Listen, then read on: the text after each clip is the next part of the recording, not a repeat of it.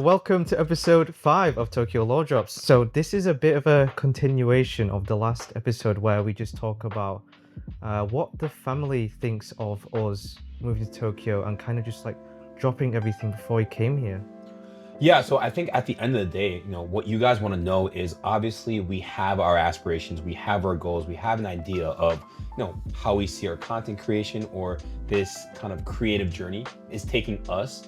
But more importantly, the reactions, I think, is what the people really want to know. How are people reacting to that? How are our parents reacting to it?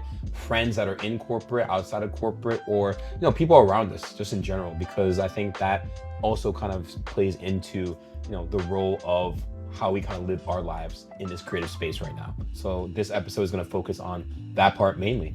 Now let's get into it. And as promised, it will be getting juicy. Yeah, a lot of details, a lot of tea. So with that, I'm Ian.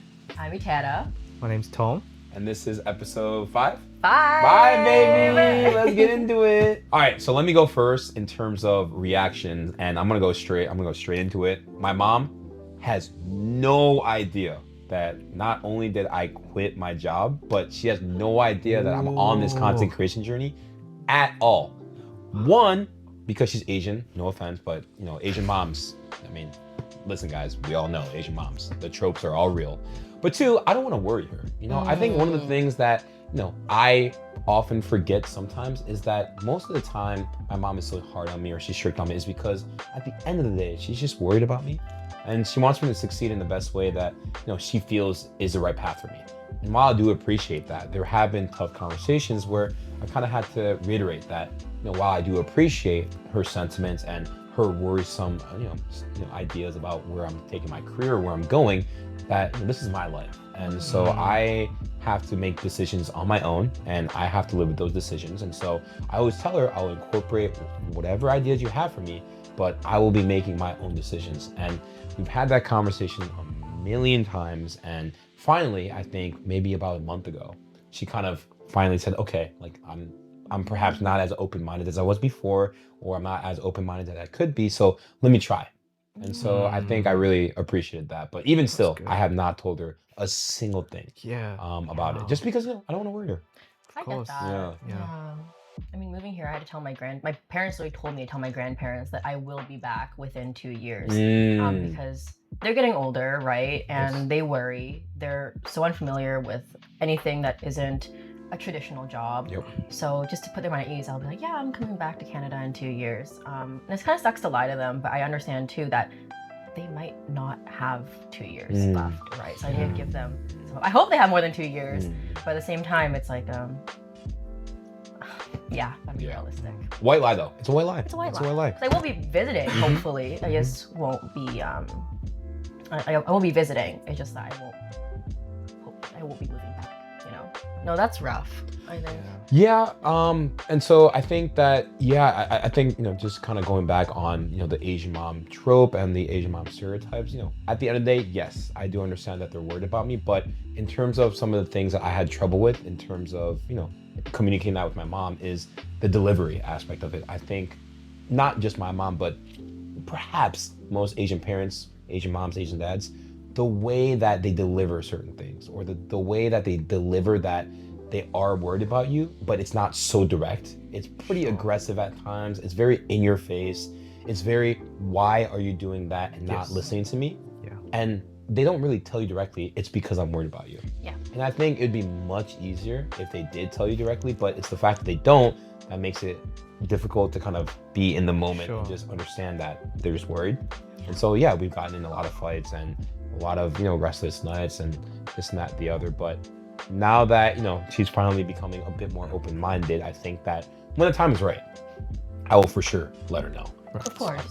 Of course. And I hope that when I do, she would be able to accept it. But who knows? Maybe she won't be able to accept it. And maybe she'll, again, take it back to, okay, that's great and all, but I still think you should do this. Or, I still think you should consider this. Right. Because that's 85% of the conversation as of sorts. So, But I understand. Yeah. It's one of those things, right? Yeah. And it's good that you're giving yourself that space to build what you need to build before you tell her. Because, that could influence your decision subconsciously, right? Exactly. And knowing that you're worrying someone it has like there's a layer of guilt to Mhm, it. That, yeah, I mhm. think a lot of Asian like kids do understand. Yeah. Yeah. Yeah. And you Oh, know, yeah. they're your parents, right? They raised you, and Exactly. you know, they've kind of brought you to the point that you're at right now. Yeah. And so, of Mhm. course, there is a part of me that does feel kind of bad that I'm not really listening to them in that sense. Mm. But again, at the same time, I feel that you know the decision I'm making right now is the right decision, and whether that goes with their thoughts or against their thoughts, I get to make that decision no matter what. Right. So, yeah, I'm on business. So I love you, mom, but Standing on business. I'm a stand on business, mom. I love you. But Oh, yeah. Shout out to our moms. Moms of the world. love you guys, but we're gonna stand in our business. So yeah. So that's my parents. And in terms of friends, you know, I've only told specific people. I think when it comes to friends, right, the relationship you have with that said friend or that said friend group kind of for me alters how much I tell them. So for me, I think the best way I've found to handle that is to tell people that I think can handle it, but also not judge me for it, the truth. Hey, I left my job because I feel that content creation is for me, or I feel that this path that I'm on right now is for me, is what I tell them. But there are other friends where I know they'll judge me, or I'll know they'll treat me differently, or they'll look at me differently. And so for them, I tell them, oh, I'm like thinking about leaving my corporate job, but just leaving it kind of open to interpretation, right? I haven't said that I've left, even though I have, and they don't know that I have, and they might think that I've stayed where I am going to stay. Because for those type of friends or those type of circles, I know that that is the best. No, I see Right. what you mean. So for me, I've kind of mixed and matched a little bit. Yeah, you choose to preserve those friendships. Exactly, Yes. exactly. I mean, of course, it is easier if I just tell the world, hey, like that. But then, yeah, that comes with its own, you know, risks, and that comes with its own, you know, people kind of treating you differently. Friends that you thought you could trust, or friends that you thought would cheer you on your journey. And I think, especially with something as specific as content creation, you get to really experience the people that will support you through that when you're not that famous, or you don't have that many followers as a success factor. And you'll get to see some of the people that you thought would cheer you on don't, and they couldn't give two shits about you. So it's one of the harshest realities of being a content creator, I think, especially in the initial stage, is that you really get to see who people are truly. And of course, not denying that they're not going through their own stuff, or they're not going through their own lives 100%. But even still, I truly believe that the people that will support you, or the people that really care about you and really want to push your growth, will support even when you have 1 follower or 2 followers or however many likes, whatever it is, right? Yeah. So Yeah. No, it is like a little bit dehumanizing in a sense. it is. Initially, it is. It really is. Yeah. It's a wake-up call for sure. Mm-hmm. And you don't feel good. You do not feel good seeing that. Yeah. Yeah, it's probably one of the worst It feelings is. as like It in is. terms of like what you can experience emotionally throughout your career. It definitely is very painful. Yeah. So yeah, but yeah, that's me though. But I would love to hear kind of, you know, reaction / you know, what people around you are saying, parents, friends. Yeah, sure. I'll go with mine. My answer's not as cool, but I think obviously I can definitely relate to you, Ian, about Asian parents, of course. Like my mom, you know, she only cares, you know, so she only wants what's best for me. And of course, because she was growing up in that culture, in that environment where she believes that you just get a job and you just do it for the rest of your life. Yep. And you don't stray from that path, you don't change, you know, you always have money coming in, always have a salary coming in. And she just doesn't believe in, like, you know, anything else other than that, because again, that's just all she knows. Yeah.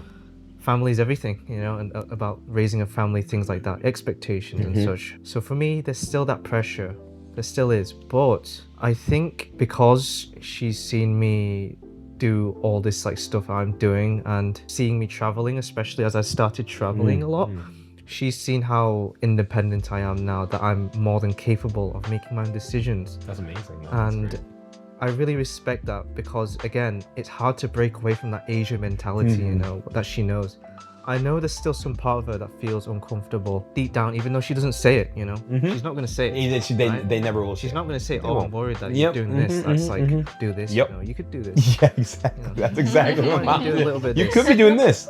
So I know exactly how you feel, yeah. But Real. yeah, I'm very grateful. She is definitely nowadays more understanding of me going out, exploring the world, and just doing things just for the sake of it. You know? And she'll never do it herself, but at least you'll allow like me to do it. So I'm very grateful for that. Yeah, with my friends as well, they've been nothing but supportive Oh, as that's well amazing, for me. man. So That's great to hear. again, I'm very appreciative of that, and a lot of people like very jealous to be like where I am. So you know, Yeah. it's nice. So obviously, I take that to heart, and that makes me want to make even more use of the time I have here. So it's a great opportunity. So yeah, yeah, it's not as doesn't hit as hard for me. You know, it's not as super like personal for me, but I'm very lucky. You know, very grateful to have supportive family and friends. So yeah. Have you had a hard time, I guess, keeping in touch with your friends and family back home with the time difference and everything? Oh yeah, absolutely. Like it's like a whole thing just trying to schedule Yeah. it, you know, because like everybody's got their own schedules. Yep. Even like back when I was in the UK, it was hard enough, you know, with everyone working and having their own lives, Yeah. right? So even then, you know, so now like it's just as hard as like if not harder with the time zone. So it's definitely not easy, but again, like anything, anything you care enough about, you'll make it work. So Yeah. I definitely try my best to do that, and I've scheduled a call with my mum tomorrow, so that should be nice because I haven't spoken to her in a while. Oh, You know, cool. I owe her a little bit of a chat, you know, a bit of a catch up. Yeah, so it's just about really just trying to appreciate what you already have back home, because as nice as it is to move to Japan, to Tokyo, it's a cool place. But you have to remember that there's still people back home who care about you and like all these things. So it's important to stay grounded and to just remember where you're from, stuff like that. Yeah. Sorry, before we get to Etana's reaction on what family and friends want to say, I want to add something in terms of what Tom just said about reactions, and also just about how people back home are kind of going through their own lives.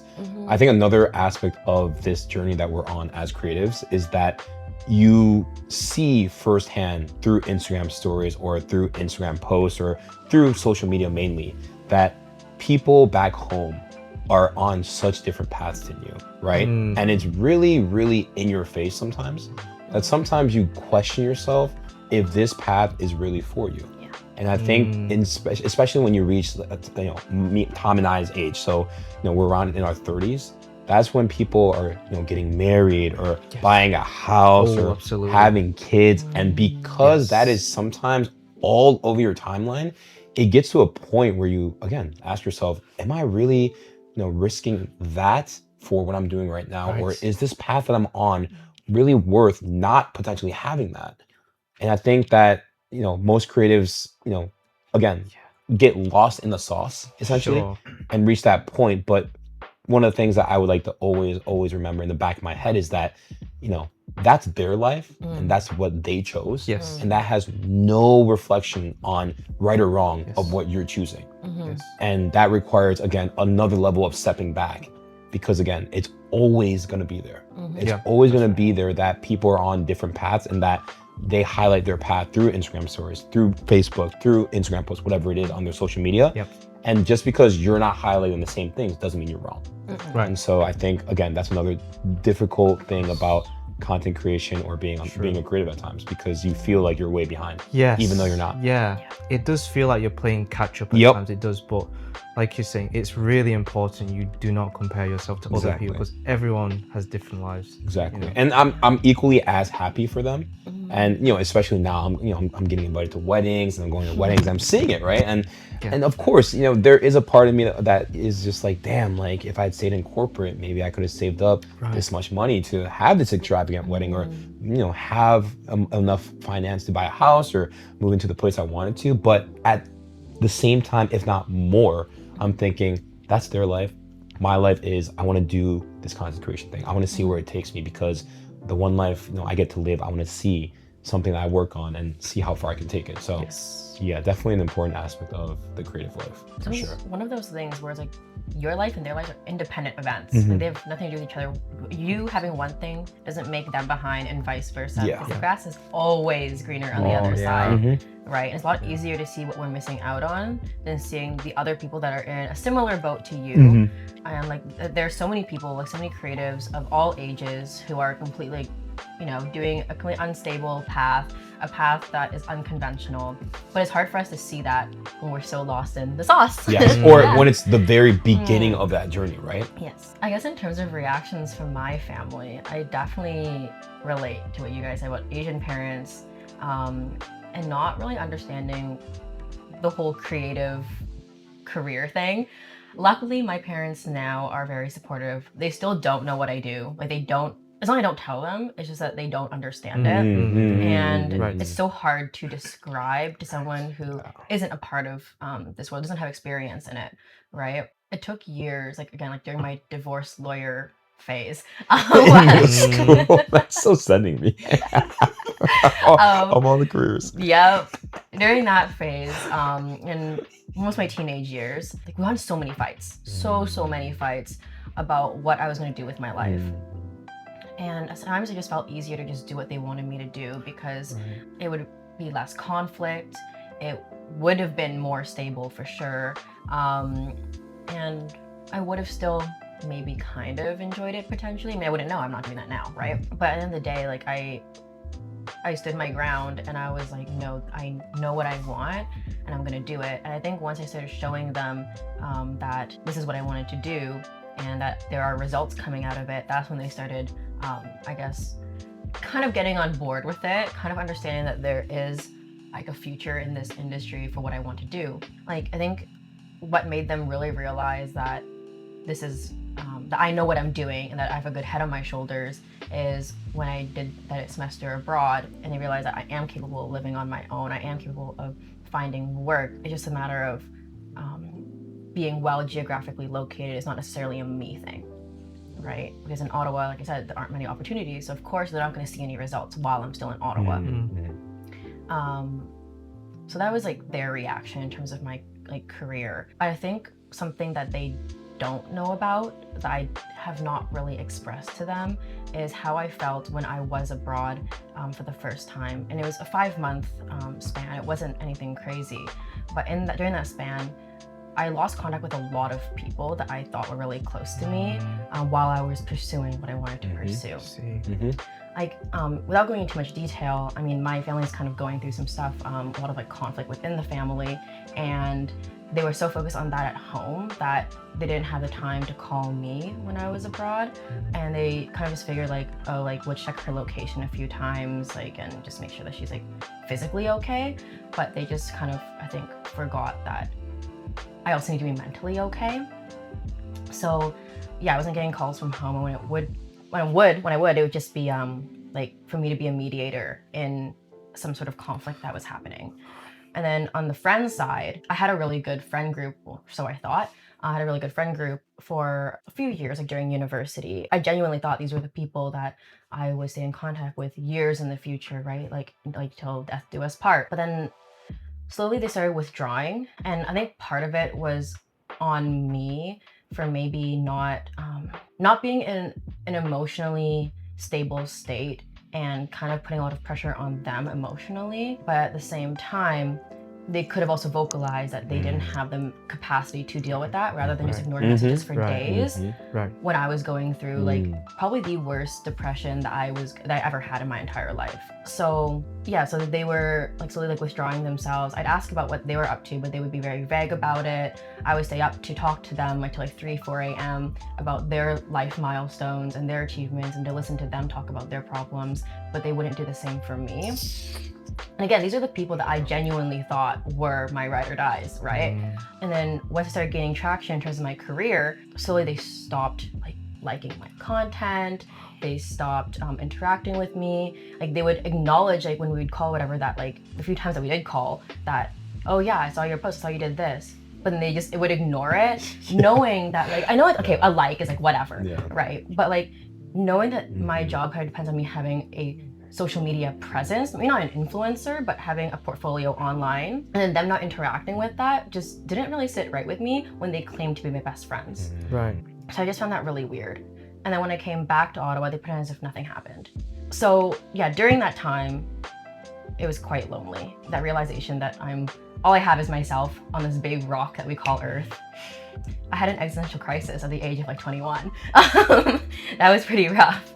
But I think all that kind of helped me prepare for this move that I know is a much bigger move geographically and in terms of the timeline. So I knew what to expect. I knew that, yeah, so I'm still gonna talk to my family, but me not physically being there will mean that I'm missing parts of their lives and the family milestones and all that.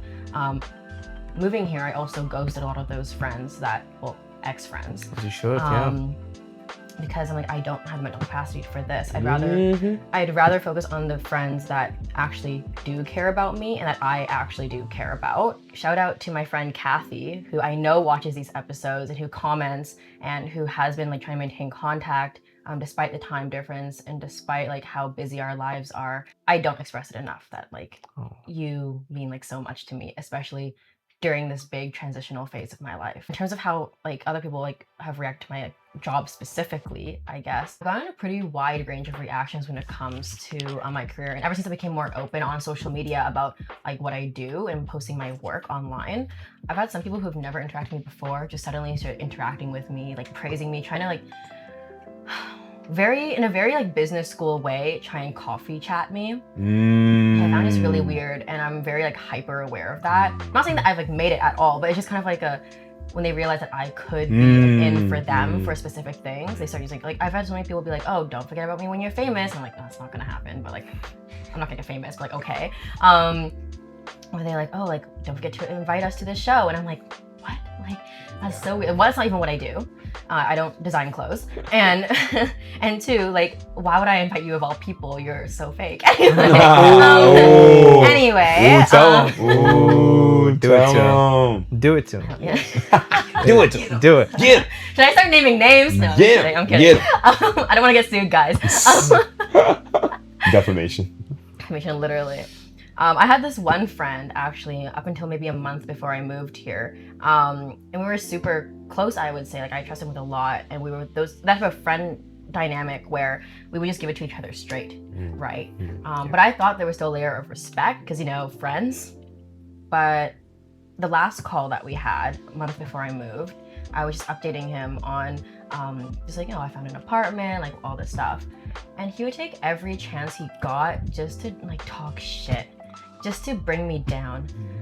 Keep in mind, this guy is he works for a consulting company. He moved out of Ottawa into one of the bigger cities in Canada, and he lives in like this nice apartment pretty close to like his workplace. So like he's doing well for himself, right? And I told him like, yeah, I found an apartment in Tokyo. I'm really excited about it. It's like kind of small though. And he asked me about the size. So I told him and he was like, oh my gosh, that's like a tenth the size of my apartment. And I was like, okay, pause. That's your parents' apartment that you're paying rent to them. That's different. No, so yeah, but relax. Yeah, relax. Yeah, relax. Chill out, relax. buddy. Yeah, chill out, Relax, bro. buddy. Don't make me come over there, bro. Yeah, don't make me come over there. Beat your ass. I was like, that's okay, weird, like whatever, right? We kept on talking, and I'm saying like, yeah, like I'm like he was like, oh, why are you even moving to Tokyo? And I was like, okay, I mentioned this before, but whatever. I was like, yeah, I'm moving for work to build my career. And then he was like, you can't even say you have a career. You're basically just a housewife with a side hustle. I was dating like this guy who works for the Canadian military, and he had this like the stable job, right? So in my friend's eyes, it was like my boyfriend was the one who was like the breadwinner, and I was the one just, in his words, just running an Etsy side hustle. Even though I know that I've worked my ass off to try and build a portfolio for my career. And then he started making assumptions about my previous job that I had before I moved here. So just before I moved here, I worked as a stylist for a vintage store startup. And he was like, oh, you're probably making like $4 an hour for this like at this company. And I was like, no, I'm actually doing well for myself. And then he started asking like, oh, like, you know, like how much were you making, all that stuff. And I'm someone who's pretty open about like my income and open about pretty much anything. I just told him, and he was like, oh, it's actually not bad. What I did not mention was that I also did personal styling on the side, where I was charging quite a bit hourly. And then he's the type of person who equates someone's worth as a person with how much they make per hour. And if you were to do the math, how much he was making at this consulting company per hour with all the overtime he works, and how much I was making hourly as a personal stylist, my worth is higher. Boom! Get 'em. Boom! Get Get 'em. some, bro. Get some. But I didn't say Yeah. that because I'm not evil. I mean, you said it You now, don't though. wanna You stoop know to it's his now. level. You I said know it now, bro. I You said know it now. I mean, Beat that, let it bro. out. Beat that. Yo, Beat get that. him. But yeah, it was like a whole thing where that whole call was just him, just like he was not actually paying attention to the conversation. I think he was like texting some girl while we were talking because I could hear him typing. And and he was also just roasting me. And I was like, I just froze because I did not expect this from someone that I considered my friend, right? So I just took it all. And then he initiated hanging up the call because I was just so shocked. He hung up and I was like, what the hell just happened? Right. And he's still trying to contact me to this day. Like he's still like reaching out as if nothing happened. And What the? I know, it was so weird. So freaking weird. What? But yeah, I've just kind of chose to like cut him out, cut out Should. Yeah. my Yeah, you those should. friends I had as well. And now the people I talk to are from home are just a select few people, like some friends, my family, like my grandparents, and then a couple of my friends in London as well. But not many people from Ottawa are on my side. And that's the that's the harsh reality of being a creative is that again, some people that you've hung out with for years, you make one big decision or you make a decision that they feel is not the right decision for you, and they feel like they have a right to tell you what's right or what's wrong because they're successful in the metrics that they think define success, but that's not the same success metrics as being a creative. And I think that's what a lot of people forget, especially living in a capitalist society, is that a lot of people equate success to money, understandably. But I think being a creative is the most far away from that ideology, especially in the beginning, because there is no money in the beginning, of course. It's all about the art that you create, the art that you share. And the irony of being a creative is that, of course, part of that comes from positive reactions from people that are around you, that care about you, but also you can't really think about the reactions, or you can't really go off based on positive feedback. Oh, I love that work. That doesn't matter, because at the end of the day, what's most important is, do you love what you're creating? Do you enjoy what you're creating? Yeah. If that brings positive reactions, great. But even if that doesn't, if you enjoy it and you find enough people that do enjoy all aspects of what you create, not just a single or a small fraction of that, that's the beauty of being creative, and that's what being creative is all about. And that's what I love about being surrounded by other creatives here in Tokyo, is the fact that, like, from what I've seen so far, everyone is on their own path and everyone respects each other's paths. A true creative understands that, like, we all chose this because it's our passion. No one goes into what we do just for shits and giggles. Like, it's so unstable that you have to love it. Right? It's so unpredictable that you have to love it. I find it so interesting that it's the complete opposite for people who do take the traditional, more successful path. A lot of these people that I'm talking about who look down on what I do and on me as a person because of what I want out of life, they're traditionally successful. Like, they're consultants, they work in finance, they are in law school. And I'm like, you're doing so well for yourself, mind your business. Literally just mind your business. Right. And I'm minding mine. I'm rooting for you. Even though you don't root for me, I'm rooting for you. But if you're not gonna root for me, just mind your business. Facts. Oh, I'm getting mad. Ooh, need to calm down. Let it out. Let it out. Yeah, let it out though. Yeah, This is good. Yeah. This is what the people want. This is what you guys wanted. Yeah. This is real shit, Let it out, guys. man. Like this is the stuff that we not just discuss for the podcast, but this is the stuff that we think about on the reg, because it's real. It's real. This is exactly how we feel every single day. It's not made up. This is not light casual conversation. This is real life stuff. Like, this is our lives and our passion. And so yeah, I mean, there are times that you're gonna get mad, or I'm gonna get mad, and we're gonna get frustrated. I'm gonna cry, and it's definitely it's a lot of waves, a lot of waves. It's a roller coaster. It is, and I'm not denying that corporate doesn't have those waves, but being creative is another level of those waves. Yeah, it's extra isolating. Yeah. You feel it way more. Yeah. Way more. Even though I have like these friends here and other friends too, like shout out to like Ella Simone, who I'm postponing our call to do this podcast for. Appreciate it. Yeah, thank you so much. I'm so sorry. We will you, Ella. reschedule. I hope by the time this releases, we would have already called. But even though I have these friends from all over the world who like do understand and who are creatives, it's still so isolating and it's so taxing when you realize like there's some people who don't like you. There's so many people who don't root for you, people who are just so fake. Like, it's just so overwhelming, and balancing like the emotional waves of, you know, of being a creative, but also emotional waves of the relationships you have with people in your personal life, whether it's like friends, family, people that you're like dating or who are trying to date you. Like, it's so exhausting. It is. Like, It's a lot. like It crying in really the is, shower yeah. is a reality, unfortunately. Yes. Yeah. It's Speaking of dating, how have you guys found like navigating romantic relationships while pursuing an unconventional career? I mean, that's a really good question. Yeah. And I think the reality of it is that there is no right answer. I guess for me personally, I've kind of decided to try to take a step back in trying to build a romance, because I just want to put the entire focus on myself right now. Yes. At least to a point where I feel comfortable building something with someone, or I feel comfortable enough that they would understand or Yes. empathize massively, because again, you know, when it comes to relationships and dating, you know, money is a said topic that needs to be discussed. That they would have to have another level of understanding, comprehension, or empathy to really, really try to build something with me, especially in this state. And so if I find someone like that, great. But if not, and the chances are that I won't in this state that I'm in right now, then I would rather give 100% to myself and see what happens. So that's where I'm at. Yeah. No, that makes complete Yeah. sense. A lot of people can definitely relate to that. You, Tom? Yeah, I'm basically the same as Ian, is that, like we said in the previous episodes, like, we're just here because we have this goal in mind, and unfortunately, it just doesn't leave much room for another person in our life that we are already spending so much energy on this one thing. Do we have the energy for a person in our lives too? It's difficult because, again, it's all about priorities. And does it sound nice to say that the priority is content creation, like me first and not you, like you're second?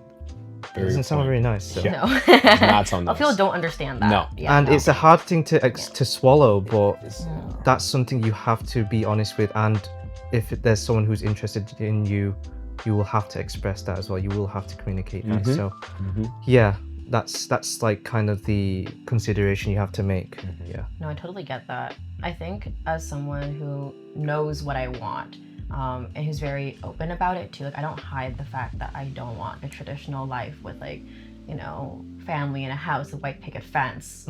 The American dream. Yeah. Even though you're from Canada. The Canadian dream. Canadian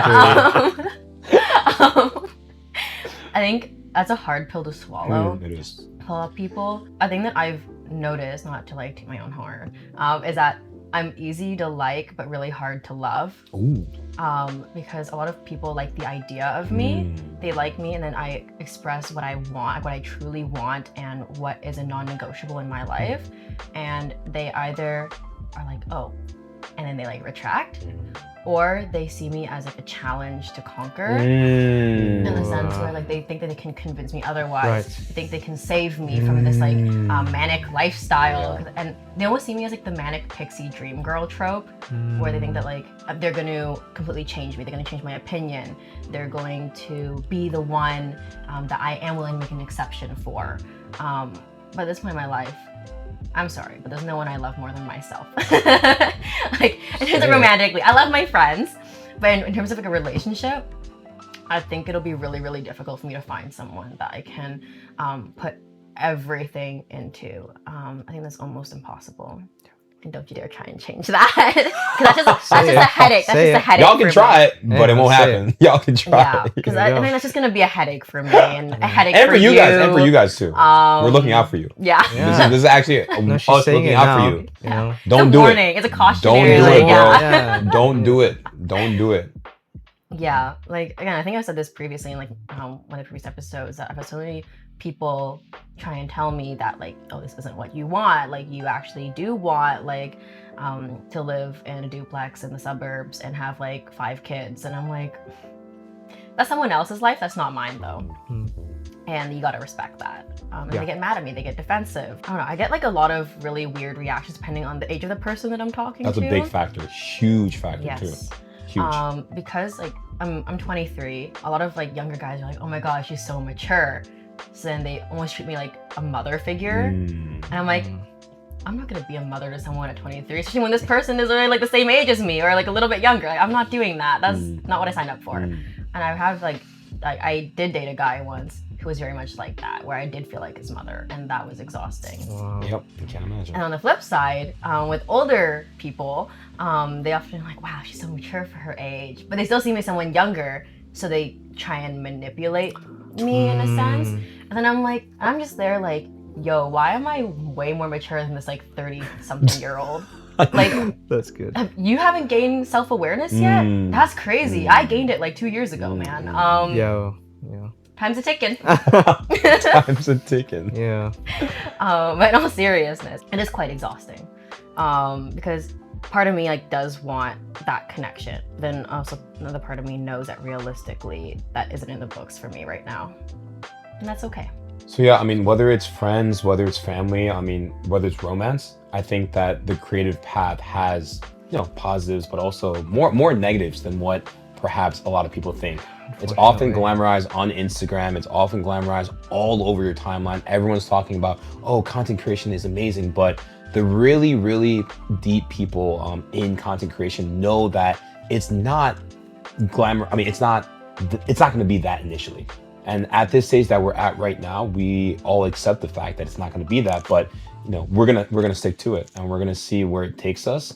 And I hope that through videos like this, or through the videos that we make moving forward, that more people realize that, of course, content creation is great, but it has its negatives, and that beyond that, you guys can also find a newfounded respect for people that are creatives, that might have different careers to the corporate structure that you're in, or ideologies that you had before, because it'll open your mind, it'll allow you to grow as a person, and it will also allow you to build new relationships that you never thought you would, just by understanding how the other half lives. So yeah, moving forward, let's keep it going, and let's be nice to each other, okay? Yeah, let's be nice, guys, because creatives have it tough. Yeah. I know corporate people have it tough for sure, but yeah, creatives, we're in it. We're in it deep. We all have something in common in a sense where, like, not just like us as creatives, but everyone who is working in common, where what you do for work, like what people see is just the tip of the iceberg, right? Like for content creation, all you see is the result as posted on social media. Yes. What people don't realize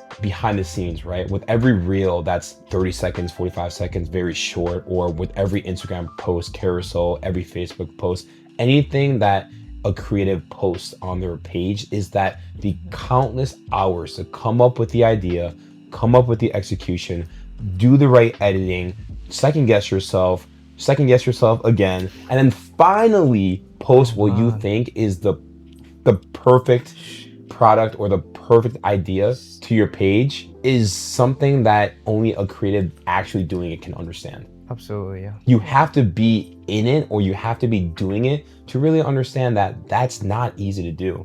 And beyond that, staying consistent is probably the hardest thing about being creative. And I think, again, every Instagram post, or you type in creative in the search function right now on Instagram, you'll see half of them saying, staying consistent is the key. And you're just like, okay, I can do that. But it's tough, because it's more of a mental battle than ever. And if you're not creating that, that every day of the same patterns or the same ideas or the same things that you kind of do, you're not going to be able to stick to it. Yeah, like you guys don't see, like behind every one of Ian's posts, you don't see that he is editing late into the night, or that he has meetings at 11 p.m. for some reason, and that he's like, Ian, let's hang out, and he's like, can't, I have to network, I have this Oasis thing. I'm like, okay, fair enough, do your thing, we're gonna miss you though. It's a lot of like late nights. For Tom's like content creation, you don't see like the hours that he spends in here editing. I was here all day today. All day. I went to school, came back, and he was still here. And he was like, what, you're back already? Yeah, I completely didn't even move? Time. Yeah, it's like time flies. Yeah. And then once you see maybe he showed us the before pictures, and then he showed us the after. You don't see all the work that goes in between. And that's a lot of hours, a lot of time. And then like for me, everyone just thinks I just like, pick clothes off the rack. Ooh, you look so pretty. It's dress up time. But actually being like a stylist, it's a lot more logistics and business connections and like supply chain management essentially and PR. It's everything. It's all that more so than the actual creative, like, oh, what would look good with what. Making sure you maintain those relationships is so important in this job, and people just don't understand the importance of it unless they're actually in it themselves. What you see posted to a magazine, oftentimes that was shot at least 2 months prior, at least, and the planning for that was at least 1 month or 2 months prior to that. Depends on the team, depends on the job. So it's a lot of work that goes on behind the scenes, just like any other job, right? Like as a lawyer, there's so much work that goes into it, like into prepping for a case, right? For a doctor, it's not just like, oh, you have your appointment and that's it. There's prep work, there's like aftercare, there's so much stuff. Same thing for any other job, including creative jobs. So be nice to everybody. You never know what they're going through. Yeah, at the end of the day, I think, again, in this capitalist society, obviously the focus has been corporate this, corporate that. While we do feel like that's changing in a very good way, of course, especially, content creation is becoming more of a mainstream thing, and it's great that people and more individuals are kind of relating to that lifestyle or want to try it on their own. We just ask that, if you are in the corporate, the world, and you don't really get to talk to creatives, try to talk to a creative just to pick their mind, but also, don't just deny what a creative is doing because you don't relate to it, or don't just say, oh, that's not making any money, so I don't understand why you're doing it, because sometimes that's not the point. I mean, most times it's not the point, but also that's denying the lifestyle that they chose, and that's the worst thing that you can do. Yeah. And that's a very closed-minded opinion. So yeah, at the end of the day, just be open-minded and just love what people are doing, whether it's morals, values, or whether it's kind of different from yours. Yeah. This episode kind of ended up in us lecturing the corporate haters. But I hope there's something that everyone can take out of this. Yes. I think we also had to let out some steam as well.